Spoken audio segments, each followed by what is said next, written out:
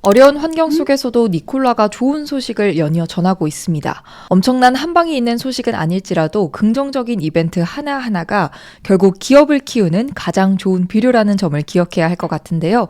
오늘은 보조금 조달과 신규 계약 등 2개의 호재성 이벤트를 살펴보도록 할게요. 먼저 보조금입니다. 니콜라는 8월 1일 최근 30일 동안 1,630만 달러 규모의 보조금을 확보했다고 밝혔습니다. 현재까지 누적 보조금의 규모는 이로써 5,820만 달러가 됐습니다. 자세히 살펴보면요. 이번 보조금은 니콜라의 개방형 네트워크 수소 충전소를 지원하기 위해 집행될 예정입니다.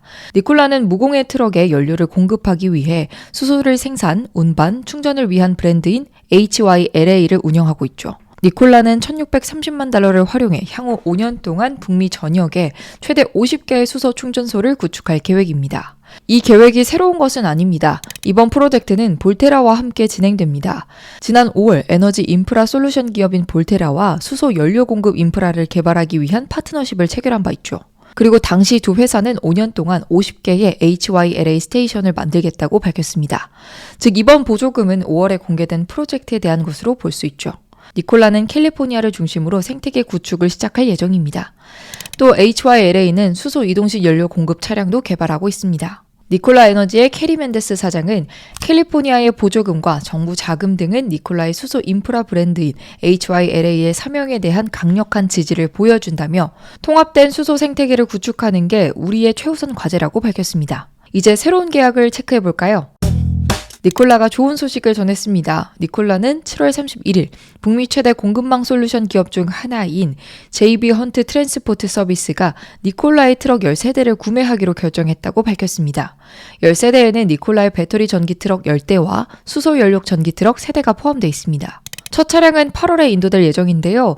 이 트럭들은 로스앤젤레스와 피닉스 지역을 포함한 JB 헌트의 주요 노선에 배치될 것으로 보입니다. 니콜라의 마이크 로실러 CEO는 공급망 솔루션의 업계 리더가 운영에 사용될 트럭으로 니콜라의 제품을 선택했다고 밝혔습니다. 2022년 11월 JB헌트는 2034년까지 탄소 배출을 32% 줄이겠다는 목표를 세운 바 있습니다.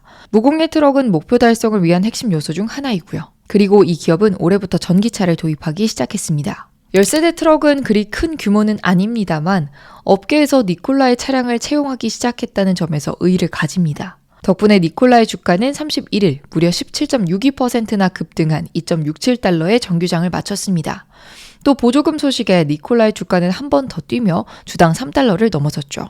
사실 얼마 전까지만 해도 1달러 밑을 맴돌며 상장 폐지 가능성을 보여준 바 있었던 니콜라의 주가인데요. 이제는 해당 리스크에서는 상당히 멀어져 있습니다. 특히 주가가 최근 1개월 동안 무려 약 127%나 오르는 모습을 연출하고 있습니다. 그렇다면 지금이 매수 타이밍이냐? 그건 아닙니다. 호재긴 하지만요. 판도를 뒤엎을 정도는 아니었고요. 니콜라가 시장의 인정을 받아나가고 있다는 시그널 정도로 해석할 수 있겠습니다. 니콜라의 주가 변동성이 줄고 안정적인 우상향 곡선을 그리기 위해선 안정적인 판매 채널 확보와 추가적인 자금 조달 등이 필요해 보입니다.